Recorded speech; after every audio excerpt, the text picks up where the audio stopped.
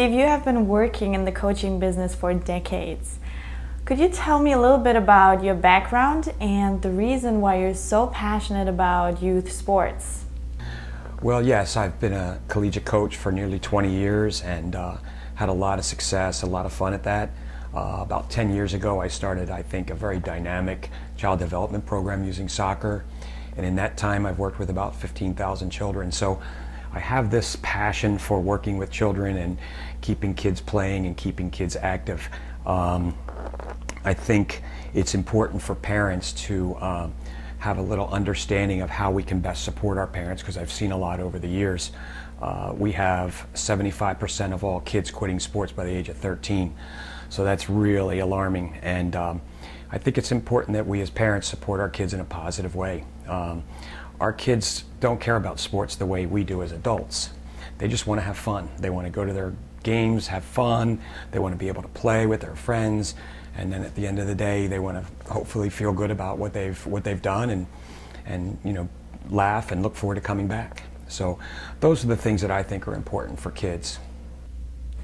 What kind of impact does the car ride after a game has on a child, and what are some tips for parents regarding what they should do and should not do? That's a great question. I think in more recent research and what we're learning from children, they hate the car ride.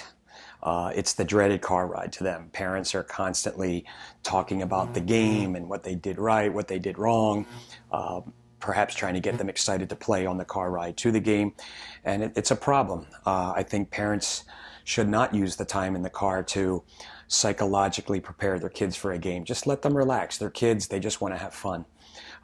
After the game, I think it's important that we not dissect the game. We should never talk about the coach or the other players. We should ask our kids, hey, did you have fun? And that's really all that really matters at that point. And I think if we can maybe point out some things that they did well in the game and say something like, hey, I really liked when you did this, or I liked when you did that, that has a much more positive impact on them, and they're going to enjoy that experience a lot more. Before the game, just tell them to go out and have fun. You don't have to tell them a whole lot else. Go out, have fun, and if they're a little bit older, maybe you can say play hard, but nothing more than that. Let the coach take care of that. What do you suggest? How should parents behave and support their child at a sporting event?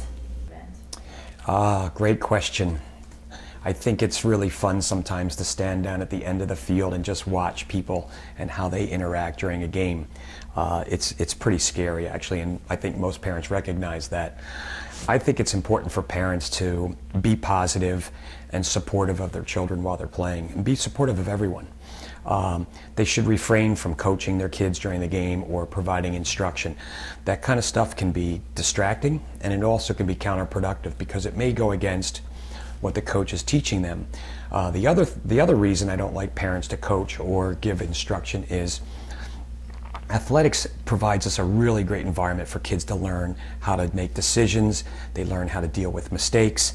And if we deprive them of that opportunity, I think that's really unfortunate. It's a great arena for kids to make mistakes without consequences.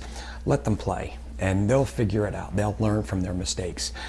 I think it's also important never to engage in a conversation that could lead to something ugly with the other parents. I see that a lot, and you know, there's people out there who are really they're just idiots, and they're looking for a way to get you riled up, and so there's no need to engage in that kind of conversation. And certainly be supportive of the officials. They're trying their best. They're going to make mistakes, but it's important to keep things positive on the sideline. And if a parent wants to, I suggest sitting in the corner of the field and watching the game alone without saying a word.